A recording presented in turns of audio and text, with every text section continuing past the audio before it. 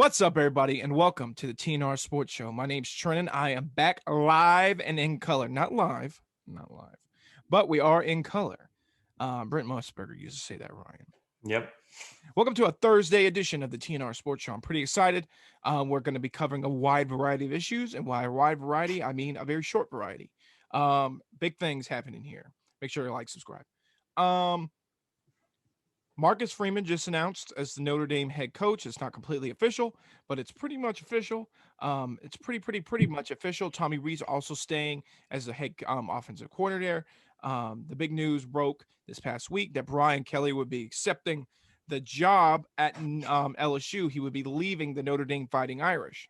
This is a big turnaround from what we've seen. Well, not really actually, because of the fact that the coaching carousel has been absolutely banana bonkers. It all started with Brian Harsin took the job at Florida, and that turned out to be the less controversial pick out of every single coaching we've had so far. Right. Other than the Penn State offensive, that was the Penn State offensive coordinator at Virginia Tech, right? Defensive coordinator. Defensive coordinator. Weird pick by those people. I think it makes sense. Virginia Tech always hires defensive guys. Always. Yeah, that's true. Shane Beamer, Beamer ball. And then you have Shane Beamer going to Oklahoma. Just kidding. Oh God, I think the world would explode if that happened. I would die. Fresno State's head coach is going to Washington, and it's also anticipated that Jack Hayner will also follow him to Washington. Ryan broke that news too earlier. I'm sure he didn't get it first, but he did tell me. Yeah. But and then I think Washington State's keeping their interim head coach since he did such a good job. He's going to be elevated. I don't remember his name, but smart. That's a good idea. Hey, man. But the big news over the past couple of days, Brian Kelly is departing the Notre Dame Fighting Irish, and he is now accepting the job at LSU. And then Marcus Freeman, breaking on Wednesday night when we record, is taking the job and keeping the job, I guess, at Notre Dame. I told Ryan there's a stark difference here between what happened at Oklahoma and which is kind of sad about Brian Kelly. He's a murderer, but I'll get back to that in a little while. Brian Kelly, when he left, his players seemed almost joyful in a way. I think there's a certain part of the players there that are thankful he's gone. I don't think they liked him that much. He's a good coach now, don't get me wrong. But I think Marcus Freeman, I think I'm getting that right, is going to be the next head coach there. So I think there's a big difference between what was there just now a couple minutes ago and Brian Kelly to what is there now. Ryan, what do you think?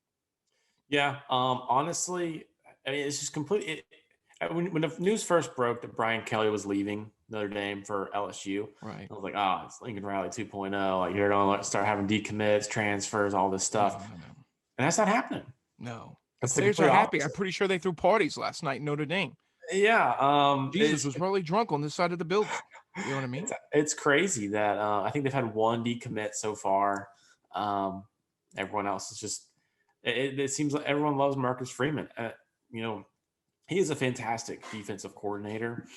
Up and coming. That's one of the best. I would say probably top 5 in college football. He definitely just landed one of the best jobs in college football. One of the best jobs.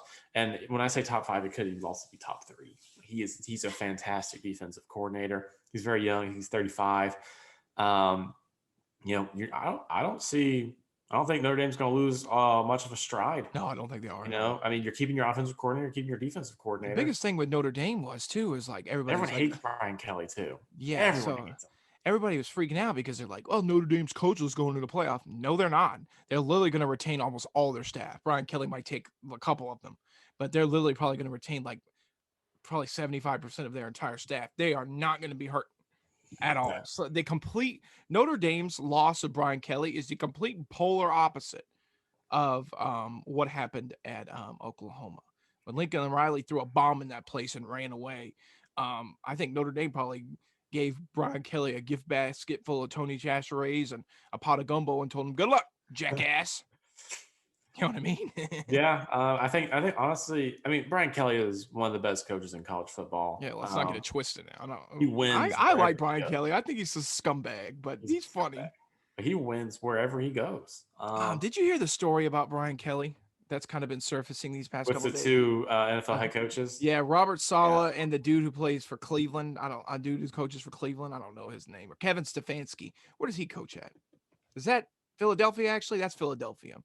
Anyway, they were assistant coaches under Brian Kelly, They and were players, I think, at the time, well, actually. they were player. They Yeah. were graduate assistants. That's Or what it something was. like that. Yeah. So Brian Kelly invited them over to a party, and they were all pumped up. And then they turns out they had to escort people's cars, shovel the driveway full of snow, and Brian Kelly's just a guy, just a scumbag overall. Killed the guy, flipped the guy off. That's the big photo circulating on Twitter right now. Ryan also, um, this is the last thing we'll talk about in this episode, and then we're ending it. What do you think about his chances of succeeding at LSU? What do you think? I mean, he made a lot of out of nothing at Notre Dame. Yeah. I mean, honestly, I think he has a very good chance of succeeding. He took two programs that were dead in the water and rebuilt them and turned them into something. Cincinnati was nothing when he went to Cincinnati back in the day when they were in the Big East. Right. And when he left, they were 12-0. And going to the Sugar Bowl to play Tim Tebow. They got destroyed, but he didn't play it. He didn't coach that game. He went to Notre Dame. Notre Dame was nothing when he got there. They were just a shadow. They were Nebraska. What Nebraska is right now is what Notre Dame was when Brian Kelly took over.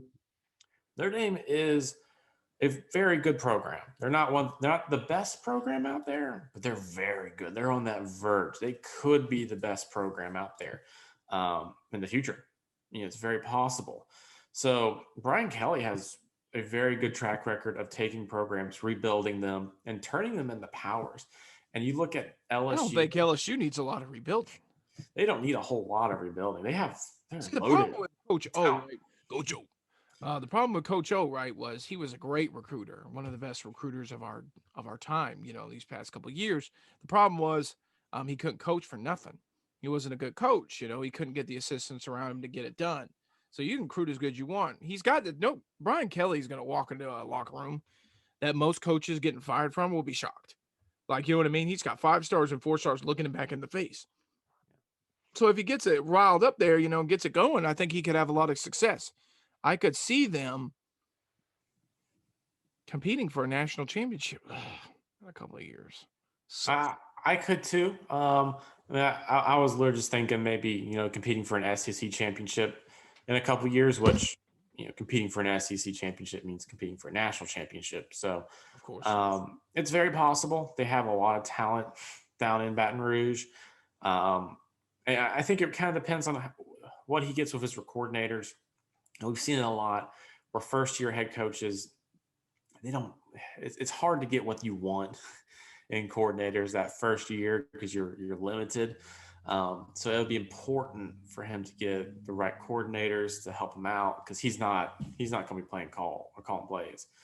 So once he gets those coordinators, then the ball will start rolling. Right. I agree. I think overall, great, good hire by LSU, solid hire by Notre Dame. If you could have a coaching search happen, that's the way you want it for both schools. You get one guy in, you get one guy out. If you want it, I mean, that's about as good as it gets. For Oklahoma, it was a complete opposite. Like I said, Lincoln Riley just threw a bomb in there and ran out the door. That's why Bobby Stoops was throwing his stuff off the balcony. But I digress. Check out the main episode tomorrow. We're going to be coming at you live and in color. The main episode will be uploaded on YouTube in the early morning, and then we're going to have clips throughout the day. Make sure to check those out. It won't be a whole long episode. There's not a whole lot of college football going on, but thank you for watching TNR Sports Show. I appreciate it. I will talk to y'all soon. Thank you for watching the TNR Sports Show. Obviously you are entering kind of a new world down the South, down in the SEC. I guess, do you see that as a challenge? And what are the keys, I guess, to adapting to that? Look, I came down here because I wanted to be with the best. The resources here are outstanding. It starts with the alignment, excellence, the standard of expectation. Listen, you're looked at in terms of championships here, and I want that. I want to be under the bright lights. I want to be on the Broadway stage. That's what my passion is, and so, yeah, that's part of the draw. There's no doubt about that. I'm going to learn about Louisiana. My first day on Notre Dame's campus is when I took the job. This is my first day in Louisiana. I didn't know what this meant until today. I know what it means today, and I'm going to learn a lot more as we go. But our family, we're going to immerse ourselves into the culture of Louisiana. We're not here to change anything. We're here to get changed by it. And that's going to be fun. That's exciting. And we're going to have a standard within our program that will be one that we build every single day. So it's for us, it will be an experience that we're looking forward to.